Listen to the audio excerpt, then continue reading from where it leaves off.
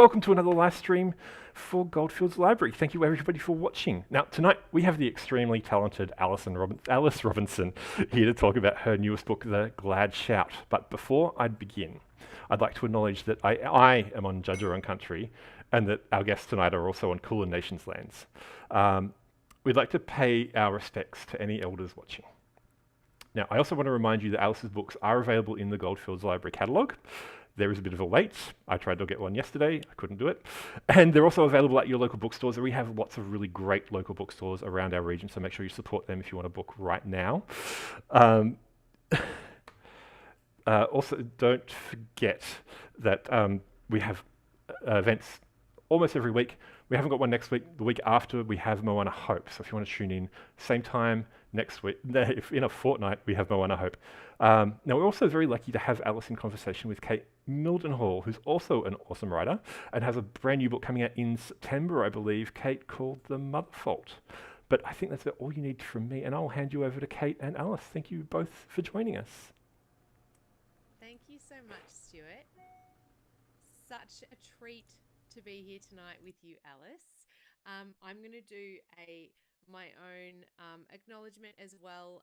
Such a delight to be with you all. If you are on Judgerong country where you are, I'm on Wurundjeri country here where I am, and you are too, Alice. And it's such a delight to be here. I would like to pay my respects to elders past, present, and emerging, and just a wonderful time to be sharing all kinds of stories, especially when we are all separated, as we have been, and doing all of this kind of conversation by screen at the moment, Alice. No, but I was just thinking, isn't it so nice that we can do this and we don't have to go anywhere? We can just do it from our homes and still connect. I'm really enjoying. I feel like the pace of my contemporary life was too fast before. Yeah. If anything that nice can come out of it's just slower. It is slower, and I hope that you are wearing your Ugg boots because I am wearing my Ugg boots. I hope everyone else out there is also. Alice, I actually, I want to start by doing a formal introduction to you. I've had the pleasure of speaking to you a couple of times for various festivals, and it's always a pleasure. Alice Robinson is a writer now based in Melbourne. Her debut novel, Anchor Point, was longlisted for the 2016 Stella Prize, the 2016 Indie Book Awards for debut fiction, and named one of 25 Best Book Club books in the Herald Sun. Her second novel, The Glad Shout, which we'll be discussing tonight, was published by Fern Press in March 2019, and it was awarded the Readings Prize. Is that what they call it, Alice? The Readings Prize for The 2019. Readings Prize for New Australian Fiction. Such a wonderful prize, and of course we do love our readings. Alice has a PhD in creative writing at Vic Uni, where she was awarded the Vice Chancellor's Award for Research. Her fiction, essays, and reviews have been published widely in literary journals such as Kill Your Darlings, The Lifted Brow, Arena Text, Fireflies, Meanjin, and many more. I also know, only because I know you've just recorded for my own podcast, the First Time podcast, which I encourage people to listen to, that The Glad Shout is also nominated, shortlisted for an Aurealis Award this year. Yeah, and that's really interesting because, and maybe we'll talk about this as time goes on, because you might fall into this category a little bit too. The Aurealis Awards are science fiction awards. And so, I mean, the Readings Prize isn't necessarily just for literary fiction, but there is a kind of a problematizing of works like The Glad Shout, probably, and a bit like The Mother Fault, your new book as well, where on the one hand, it's lucky they can fall into both camps. Genre Absolutely. writers might appreciate them, genre readers, literary readers, but yeah, there can be some interesting tensions around that, I think. I think so. And I would love to talk to you more about that as our conversation progresses as well. You started by saying about this new slow pace, and I wanted to ask you, I know you've done quite a few events online now for festivals, etc. And I know that you and I are both writers who love in real life events. We love talking to all the writers and being in the bookshops, and I know lots of our the people watching tonight will as well.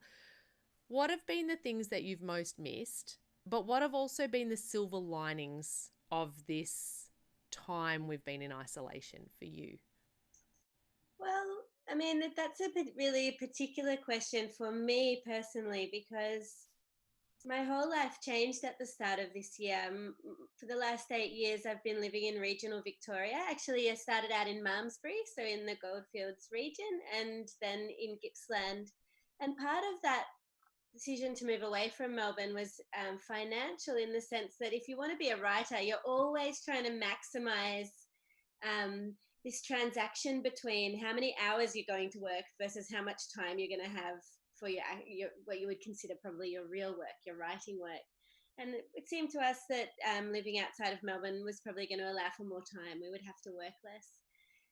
But we did struggle to find local work. I'm an academic. That, my day job is usually in universities in some capacity, and so that's what took us to Gippsland. There is a regional university there that we got work at.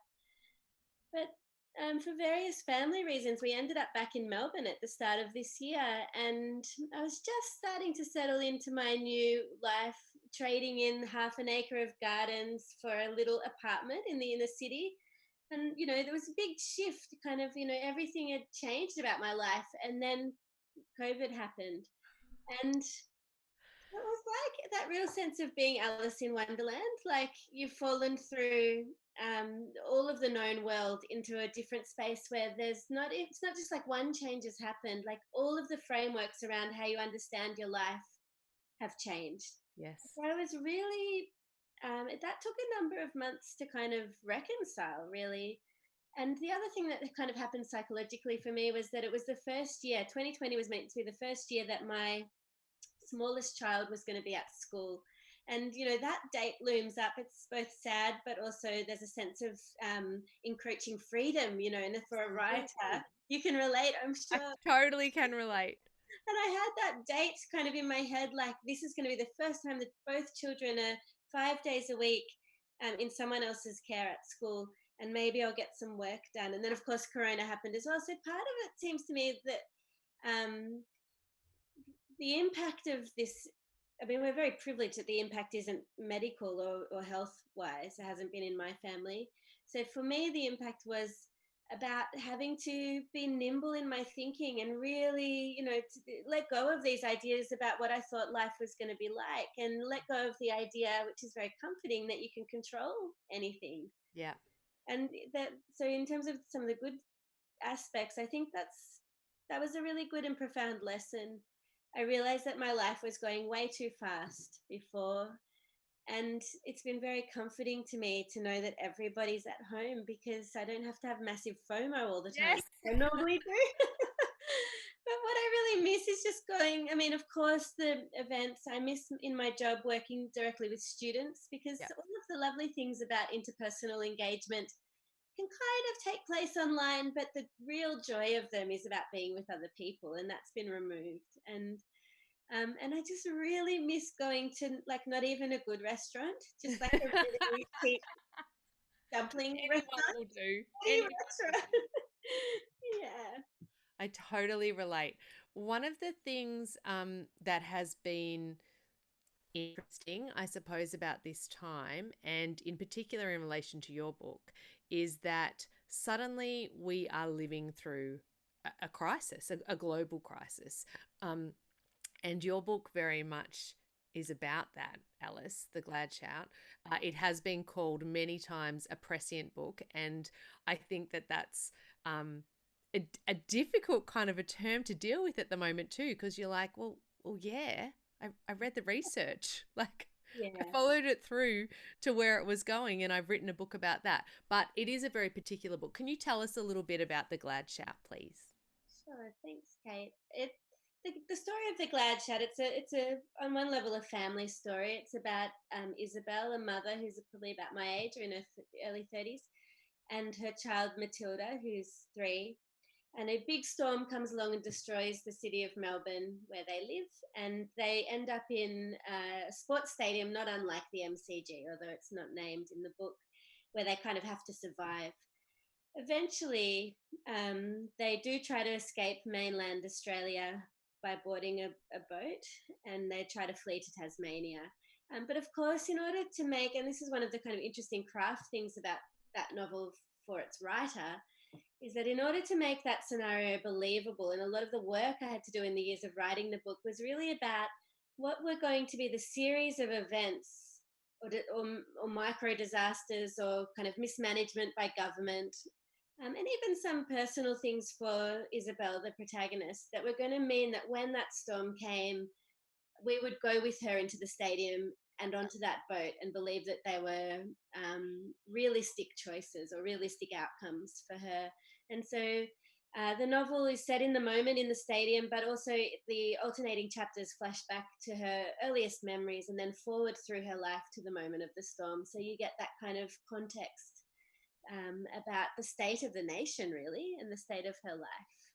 I think what's so interesting about that is that you're really working with that tension and that question of, when is this not normal anymore? Like, when do I panic? And I think that the reason that, I read your book before the current crisis, and thinking about it now, so many times I have asked myself that, like, is this the moment we panic? Should we be packing the bag? Should we be finding a place in the country? Like, oh no, big harm, like, let's be rational, let's be sensible. And I think that tension, particularly for people with caring responsibilities, be it for parents or children or their friends or loved ones, is, when is it not normal anymore? And I think the Glad Shout just asks that and explores that so wonderfully. That's such a good point, and it's something that I really felt at the start of this particular disaster that we're in now. And I was really, I mean, I've been writing about climate change and disaster for 10 years or so, and yet when that toilet paper panic happened, and but there was a little window. It was almost like one weekend when the toilet paper was flying off the shelves, when there was queues in supermarkets, when they started to restrict kind of what we could buy, or maybe not even at that point. But the government hadn't issued any formal uh, decrees about how we should be living or what we should do, where it just felt like anarchy. Yeah. And that it was a kind of every citizen for themselves, not in terms of surviving, but in terms of making big decisions about what we should be doing for the safety of our kids and our families. And I'm ashamed and a little bit kind of humbled to say that I was completely inert. I didn't do anything. And I didn't even buy toilet paper. And I think part of it was a sense of disbelief, like, and a sense of, which I've thought through intellectually, but it was interesting to feel it, a sense that you don't want to be the one who steps out of line in a kind of crazed or panicked way. That would be somehow more embarrassing. And actually, Kate, there was a moment when I was probably about 8 years old. I might have talked to you about this before, when I was at a really rough surf beach with my dad, and we for some reason we didn't have those ropes that go around your wrist to attach the bodyboard to your Yes. wrist. So we were catching the waves, and because we didn't have those ropes, the boards were taken into the shore, and my dad went to get them. And in that moment, I was pulled into a rip and taken like really far out, and it was really rough. When I was underwater, it was like being in a dryer or washing machine, and I remember thinking, being really panicked and scared and taking, breathing in water and not knowing and starting to get really fatigued. And a surfer paddled up to me and asked if I was okay. And I said, yes. Oh, I said I was Alice. okay. And he said, do you need help? And I said, no. Because the idea of kind of accepting that help was somehow more embarrassing and excruciating than just drowning. And that's a little bit like how I felt at that corona moment, in the start of this crisis, that it would be sort of, and I know I can unpack that and say that's nuts, like, Yeah. but there's just this profound kind of like politeness that takes hold. Yeah. And an expectation that we want to be seen to be doing the right thing for our peers and the community around us. That's why I think everyone relished someone telling us what to do, Yeah, because in the end, but I think too, Alice, I know we've talked about this before. I've just spent 4 years writing a book about someone who is pushed to the brink and who will do anything to protect her children. And yet in that first week of lockdown, I wanted to put my children in the rubbish bin. Like I was ready to give them to the neighbors. I was so beside myself. I didn't at all rise to the occasion like I had anticipated I might in a crisis, because we don't necessarily know we're in a crisis, I suppose. I'm going to get you to read to us in a moment, but first I did want to say, and I can see that we've got a question already. Please pop your questions for Alice into the chat in on YouTube where you are, and we will get them and ask them and answer them. So I'm just going to pop in here. Someone has asked how many books Alice has written so far. The Glad Shout is your second book, Alice. Anchor Point is your first book, which was published in 2015. And of course, like all good writers who have their second book out, Alice is now working on her third book that we look forward to as well. Alice, have you got a bit of the Glad Shout that you can read to us? Certainly. And it actually, this bit kind of talks a little bit about some of the ideas we've just been talking about. This little excerpt takes place as Isobel and Matilda are leaving the stadium to try and escape mainland Australia as everything's kind of collapsing. At first, Isobel is knee-deep across the parking lot, and then as they travel downhill away from the river and the shorefront, skirting the eastern boundary of the CBD, she moves up to her waist in the stinking sludge. The self-control it takes just to walk on without faltering is a quiet heroism of a kind she's never experienced. Like her best moments as a mother, no one sees the work. It happens in silence and unobserved, but Isobel knows. She follows the disc of torchlight around overturned cars and fallen poles and pylons, piggybacking Matilda and floating their suitcase like a tugboat, fearing all the time that she'll trip and lose the child to the black depths. Cling on to me tight, darling, she says under her breath. Pretend you're riding a horsey. She half expects Matilda to argue, but the child's knees dig into her ribs. Okay, mummy, she says in a tight, high little voice. Isobel doesn't want to think about and then can't put out of her mind what might be lurking below the waterline. Obsessively, she scans the darkness for movement, for the sound of someone coming. She's often reflected that there must have been some folks who did in fact possess useful knowledge about how to get on after the market crashed. People who came from poverty to begin with, or grew up in foreign places where times were always tough. Some old people might have remembered how to survive depression, digging down through the deep turf of their experience, remembering how they were taught to darn socks and make do. She should have asked no more questions. His grandparents had survived war and depression, living like that. Then she's read accounts of the potato famine, babies starving on filthy beds of straw. She's read of African children, vultures, the early years of Australian settlement. Some of what has transpired in her lifetime has been unprecedented, but not all of it. The hunger, the poverty, the scarce resources, it seems as though these things have always been a possibility, given that they have happened before. Yet when disaster came here, when it happened on the tree-lined streets of their own city in her lifetime, somehow no one was ready. Everyone professed such shock. Too busy, what? Paying bills and shopping? Going to concerts? To restaurants? To bars? Isobel can't help but feel that some of the hardship she is facing now in the water is her own fault. She hadn't paid attention, hadn't cared enough to realize that she was being forewarned. Oh, it's so good, Alice. And, what strikes me so is that you wrote this before this moment. This book was published last year. That even reading that now, you must get that eerie feeling that, hang on a second, I foresaw this myself as a fiction writer. Are there things that you're thinking now, if I had the time again to write the Glad Shout again, knowing what I do now about the pandemic, would there be any parts that you would write differently? Have people behaved in a way that really shocked you or surprised you? That's a really beautiful question, and I've never considered it, actually. And I think part of that is process. Like once the book's done, it becomes its own little universe that almost feels opaque to me. Like, when people would email me and say, "I've just read your book and I had these, it impacted me in these ways," I would almost struggle to remember what I'd written. Yeah.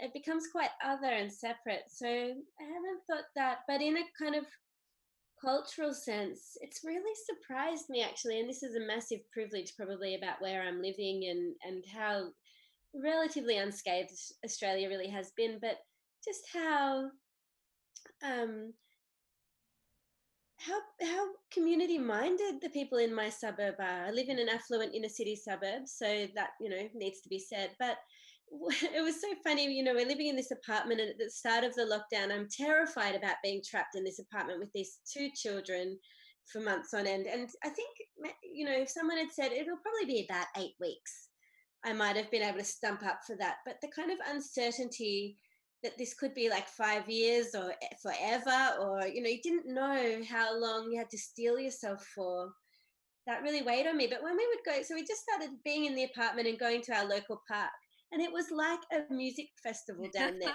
Like, people tried to socially distance, but everybody was there, and everyone was, doing their exercise and hanging out and playing with kids. And there's something just really utopian about that scene that I couldn't have predicted. Yeah, and that's the thing, what we can and cannot predict. Alice, one of the things that strikes me about your book is that it's got this, the context is this enormous disaster, both a climate disaster and referencing the displacement of hundreds and thousands of Melburnians. And yet you focus on these very intimate relationships, mother and child, partners, the friendships that Isobel forms. Um, what is it that is so powerful about focusing on the individual story in the face of the terrible experience for the masses? How did you choose to do that, and why is it so powerful? I think it's impossible to tell a kind of a global or a large scale story, in fiction on that level. I mean, I guess there would be some certain craft ways you might be able to get around it, but the really beautiful thing about novels is that, and all fiction really, is that it invites a kind of intimacy with a particular point of view. And that point of view is both specific, but because it's impactful, it can be illuminating of a broader kind of experience. And there's something so kind of precious about that, about walking in someone else's shoes, in their mind, in fact. And I guess I kind of wanted to, I was a mother of little kids when I wrote this book, very little, probably around, I remember writing it when the kids were about 1 and 3, and it took 4 years, so they aged, of course, in that time. Um, and I really wanted to tell a story like this about, from a mother's point of view, partly because often dystopian or apocalyptic narratives are told from men's points of view or about men. Um, and the reality is that I think women, the research shows that women and children suffer a lot in the wake of disaster, usually because the men, are not there. They're out, solving the problems of the disaster or trying to, help the community, or and also because when men can be more mobile, or people who are not encumbered by children can be more mobile. They can leave the disaster zone, whereas women with little children often can't. So those things were kind of ticking over my head. And the other thing that was happening was that because I was a parent of these little kids, and it was kind of over times that I was more at home and less at work, I started to, on the ground in my life, inhabit spaces where there were no men.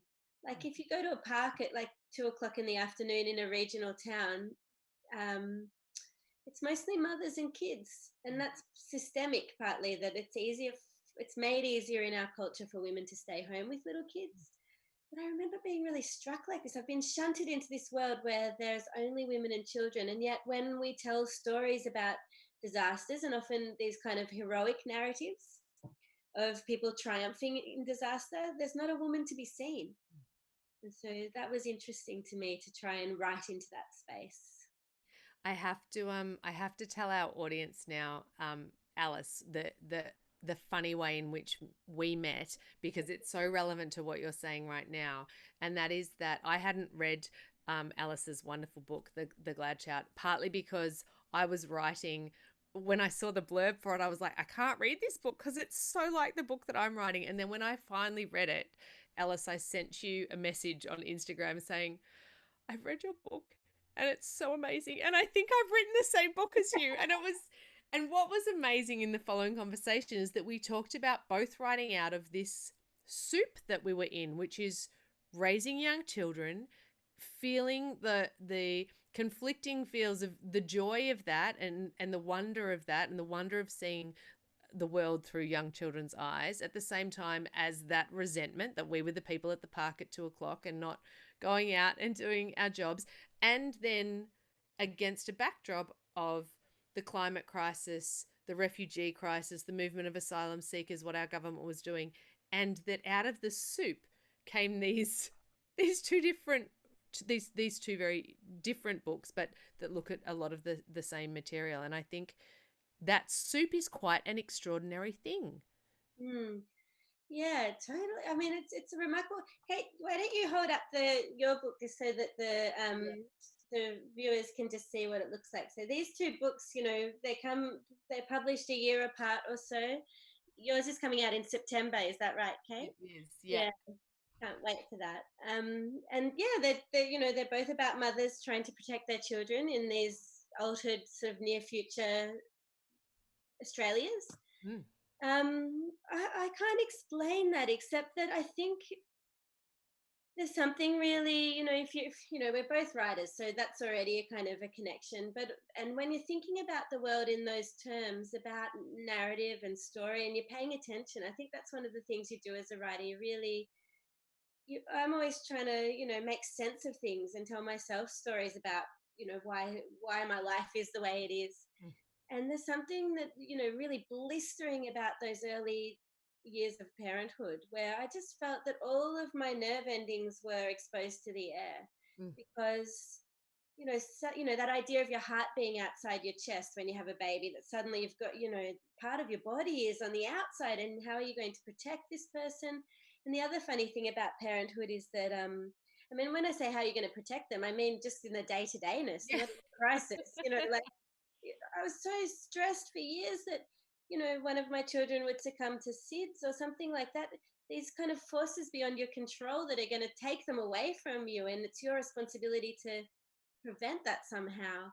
But I think the other funny thing about parenthood is that I had an idea that when I had a baby, before I had a baby, that kind of a bolt of or a ray of light would shine down on me, and I would be in like a forest glade, calmly like answering their interesting questions, and we would, like that. And the reality was that the things that it uncovers about you are so shocking and horrifying and confusing, and you just think, I thought that I was going to be that beatific saintly mother, and actually it's, instead of elevating me, motherhood has actually just exposed all the flaws in my character. And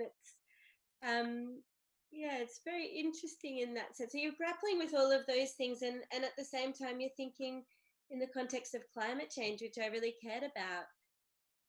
I've just had a child, and if the things that I believe to be true about the future come true, then I'll be sending the person I love most into a scenario in which I don't really think they can survive.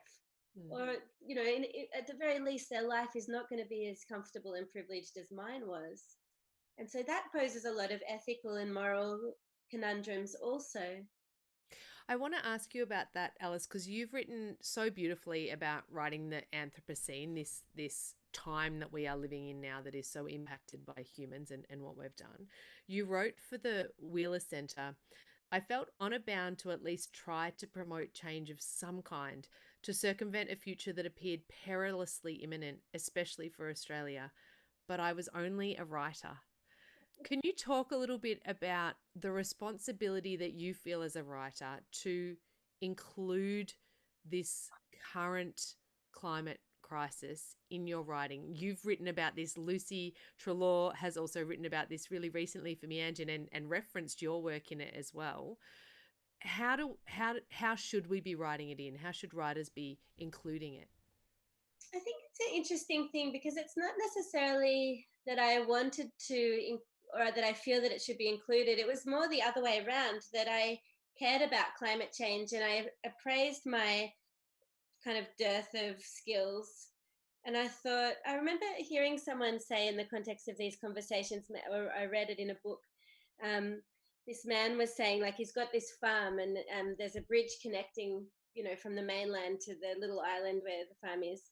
And, if when the apocalypse happens, if you want to cross that bridge, you better have some useful skills or you can't come. And I thought, well, I'm not getting across that because, like, I've got a PhD in creative writing and, like, I can critique text pretty well. Surely that's important in the new world. I'll be able to grow food or anything. So part of it was like about appraising and thinking, I believe in this crisis. I think climate change is, of course, real. I think we've come around to that, accepting that now.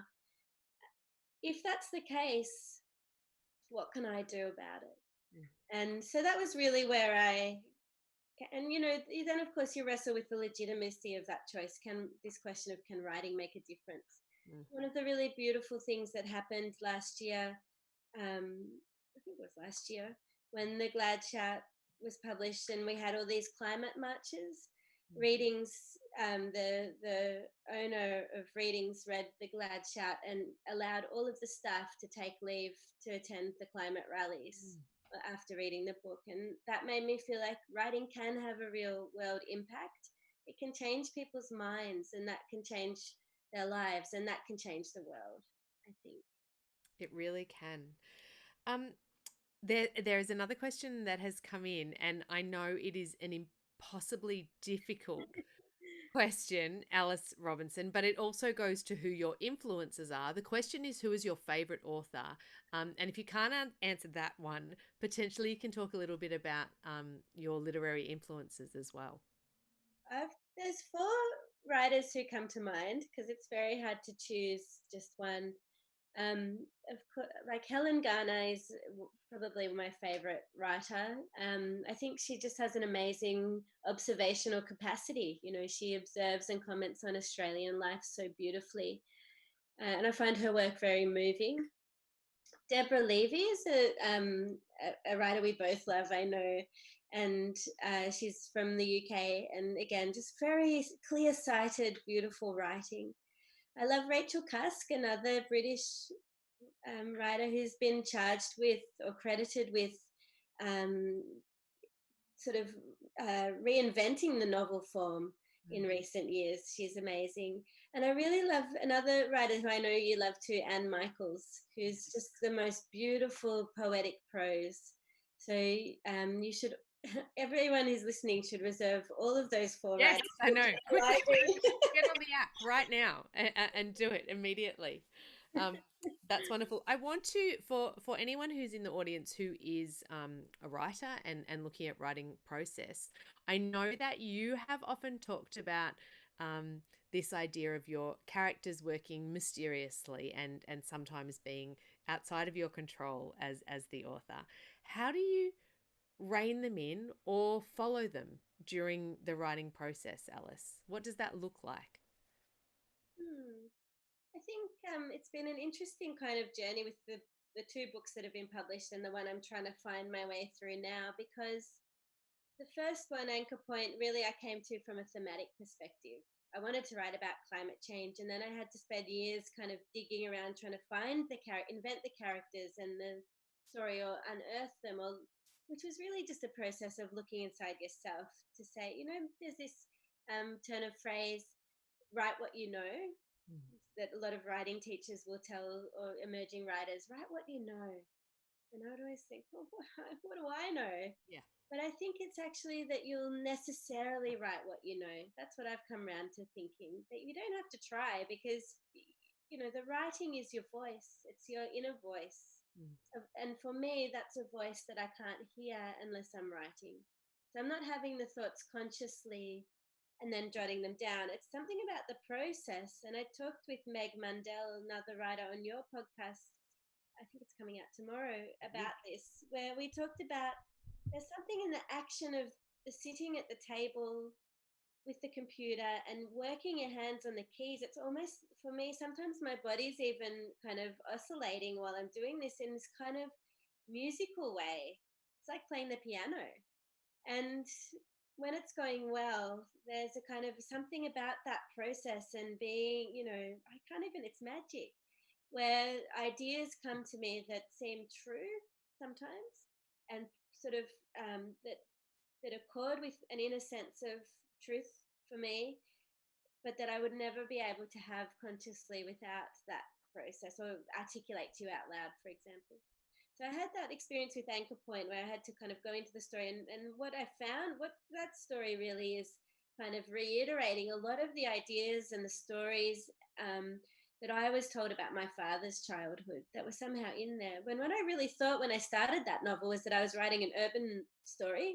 That novel's set on a sheep farm. So it's you don't know really what you're doing. You're going into it trying to find the story. And with the Glad Shout, I more consciously tried to think about narrative. And so I kind of had the idea of the mother and the child there at the start. And the reason I wanted to think about narrative probably a little bit was because I wanted the book to be more widely read. And I know that readers like a good pacey story. With this story that I'm writing now, it's, almost the characters were really central at the front. So I can see this kind of trajectory in the three books where the thing that's the kernel that's been there at the start has been quite different, and therefore each of the books is a different. But I don't worry too much about things being outside my control. I'm not very good at planning because of that lack of consciousness in advance. But with each of the books, interestingly, I've known a destination point, like a last line or a last image or something to aim for. So somewhere in there, the subconscious knows a little bit what it's doing, I think. How do you have young children? You also have a job. How do you fit your writing around those things? Where do you get the words on the page? I work 4 days a week, so I have one day within school hours usually to do it. I have a little bit of time on weekends. To be really honest, this year I just feel really exhausted. So the honest answer is that, not much gets done. It's very slow.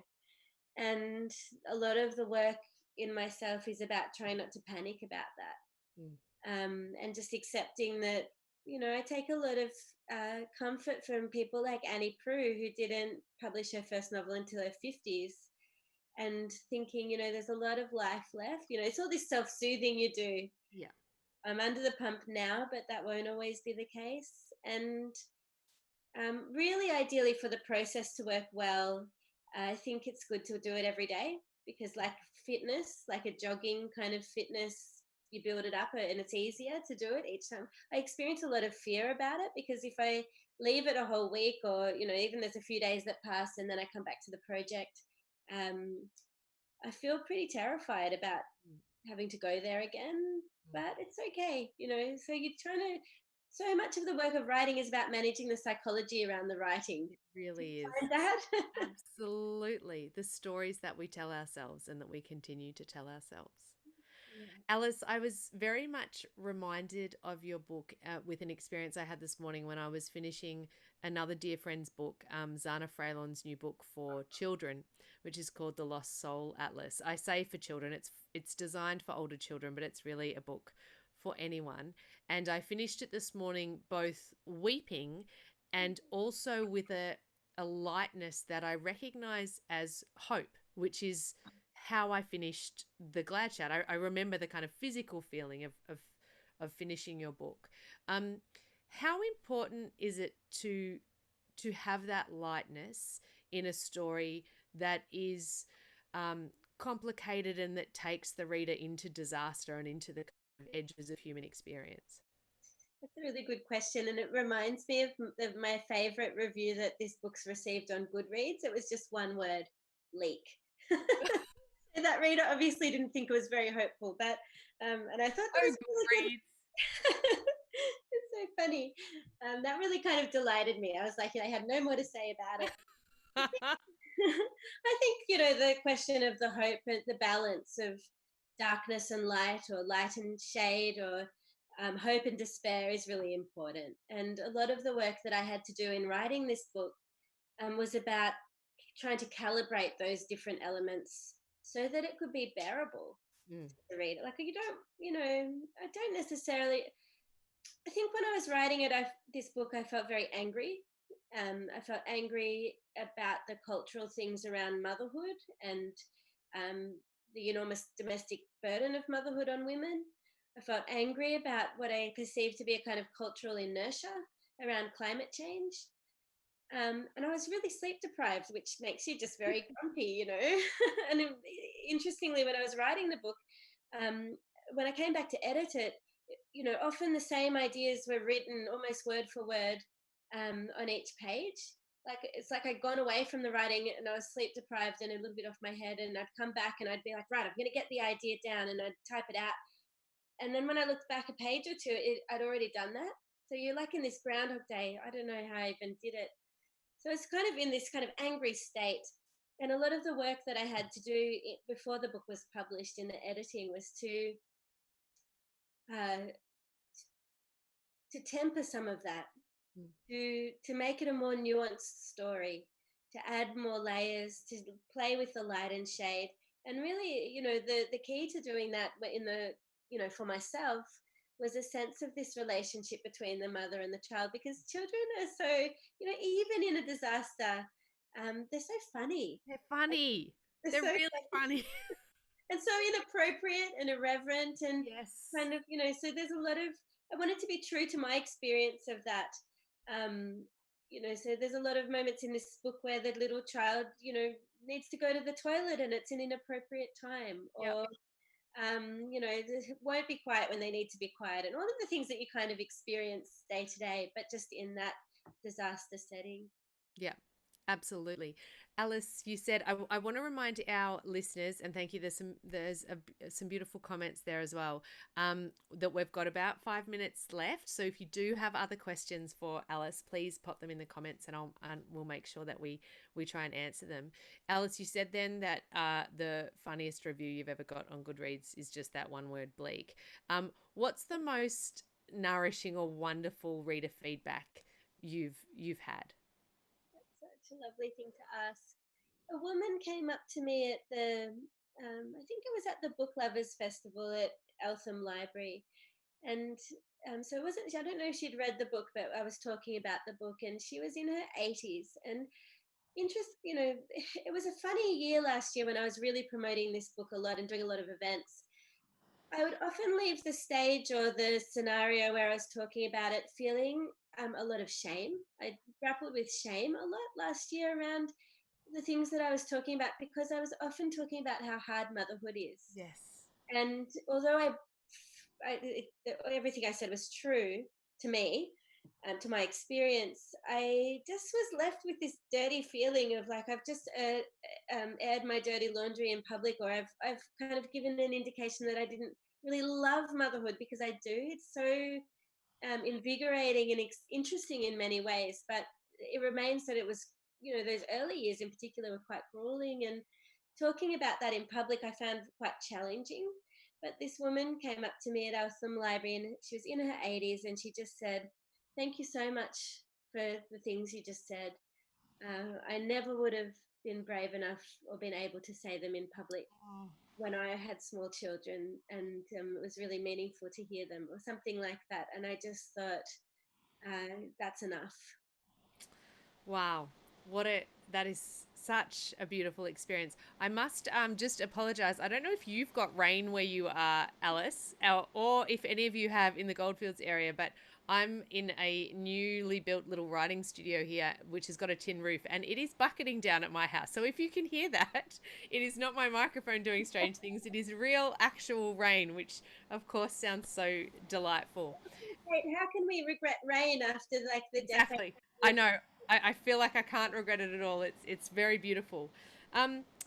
it would it be remiss of me at a library event not to ask you, Alice, about what you're reading and any books that you can recommend to all of us. Everyone be ready on your app so that you can get in first to get these books at the library, or of course the local wonderful local bookstores there. What can you recommend? Well, the best book I reckon I've read this year, and it's not an original recommendation because it's been really popular among the readers that I know, is Jenny Offel's Weather. It's a Yes. good one to recommend given the rain. It's another interesting kind of one that fits with ours, but it's a very different style. It's a book about climate change and motherhood, but Jenny Offel writes in a very fragmented way. Mm. Um, in that way, it almost reminded me of a series of tweets, Yes. you know, but really And profound and beautiful. reading it at this point in time, it was like, am I on my phone watching my Twitter feed, or and so present, much like Ellie Smith's beautiful books. You know, really feeling like she's published it kind of Yes. so quickly and immediately to speak to this moment. Responsive, yeah. I love that book. I also loved Helen Garner's diaries, the first installment of her diaries. Again, another, to me, they were similar in kind of execution. The diaries can be quite fragmented and tweet like in the sense that they're, each little portion's quite easy and quick to read, but you sort of rocked back in your chair when you're reading them by the profound beauty of the observations. I Mm. love both those books. At the moment, I'm reading Anne Enright's Actress. Beautiful. Oh, I loved that too. And Anne Enright's so wonderful. I wonder if Helen's notebooks coming out have caused an upsurge in people journaling at this time. Do you think? I think so. I would say so. But the problem is, once you've read her notebooks, you just think, like, why even bother trying? That is absolutely so very true. Alice, as always, I feel like I could talk to you all night, but it has been, excuse me, things are going off in my house. It has been an absolute delight talking to you. For those who need reminding, even though I think they are already out at your library, Alice's two books are Anchor Point and The Glad Shout. Hopefully, mine, The Mother Fault, will be in your libraries in September, and my first book is Skylarking, which hopefully is in there too. Uh, I do want to say thank you so much to Goldfields Libraries for hosting us, and for all of you, wherever and whenever you are watching this, for joining us as well.